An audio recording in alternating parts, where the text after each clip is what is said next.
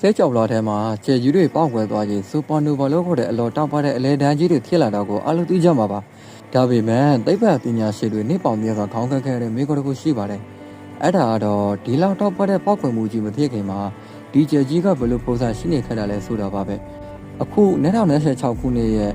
နောက်ဆုံးရတဲ့တွေရဂျေဝတ်တယ်လီစကုတ်ကြီးကဒီပဟေနေကြီးကိုဖြေလျှောက်ပေးလိုက်နိုင်ပါပြီပြီးခဲ့တဲ့2025ခုနှစ်ဇွန်လတုန်းက NGC 1637လို့ခေါ်တဲ့ဂရက်စီတန်းမှာ 2025P8 လို့အမည်ပေးထားတဲ့စူပါနိုဗာပေါက်ခွဲမှုတစ်ခုဖြစ်ပေါ်ခဲ့ပါတယ်ပုံမှန်ဆိုရင်တော့ပေါက်ခွဲပြီးမှကျွန်တော်တို့ကမြင်ရတာပါ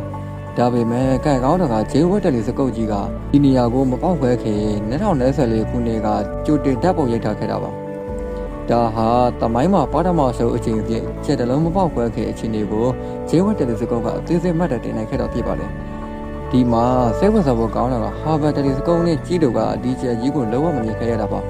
ဘာလို့လဲဆိုတော့ဒီဂျယ်ကြီးကသူ့ကိုယ်သူဖုံမုတ်တွေနဲ့အလုံးပိတ်ထားလို့ပါဂျေဝတ်ရဲ့အနေအားရောက်ကြီး၃နီးပညာမှာဒီဖုံမုတ်တွေကိုဖောက်ထွေပြီးဂျင်နီဘလူးကြီးကိုမြင်ခဲ့ရတာပါ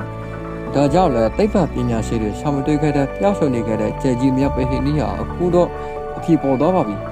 ။နောက်ထပ်ထူးခြားတာကဒီဂျယ်ကြီးကမသိခင်မှာကောင်းဘော်တွေကိုအပြေကိုမုတ်ထုတ်နေခဲ့တာပါ။သိပ္ပံပညာရှင်တွေကတော့ဒါကိုဂျယ်ကြီးရဲ့ဘိုက်ကလေးချေလို့တင်စားခဲ့ကြတာပါ။ဒီလိုမုတ်ထုတ်လိုက်တဲ့ဖုံမုတ်တွေကဂျယ်ရဲ့အလဲကိုကွယ်ထားခဲ့တာပါ။ဒါဟာကျွန်တော်တို့စိတ်ကြော်လာရဲ့နေရာမတွေကိုပို့ပြီးနားလည်ဖို့အခြေလမ်းတဲ့တစ်ခုပါပဲ။အဲ့ဒီချိန်မှာနေစီကိုလည်းရုံမေတယ်လီစကုတ်ကြီးသာထပ်ပေါ်လာရင်ဂျယ်တွေပပောက်ကွဲခဲ့ဘလိုမျိုးအစာအန်တလိုမျိုးဖုံမုတ်တွေမုတ်ထုတ်တတ်တယ်လဲဆိုတာကိုပို့ပြီးအတိအကျသိကြတော့မှာပါ။ဒါဆိုရင်သင်ရောဂျေဝတ်တယ်လီစကုတ်ရဲ့ရှောက်ဖွေးမှုကြီးကစိတ်ကြော်လာပေါ်တဲ့အမြေကိုပြောင်းလဲပေးစီနိုင်ပါသလား။ကွန်မင်းမှာဆွေးနွေးသွားကြပါဦး။ဒီလိုစိတ်ဝင်စားစရာသိပ္ပံဘူးတူတွေကျွန်တော်ကို like နဲ့ subscribe လေးလုပ်ပြီးဖို့မမေ့ပါနဲ့အောင်အားလုံးရှောင်းဝကြည့်ပြီးလို့ကျေးဇူးတင်ပါတယ်။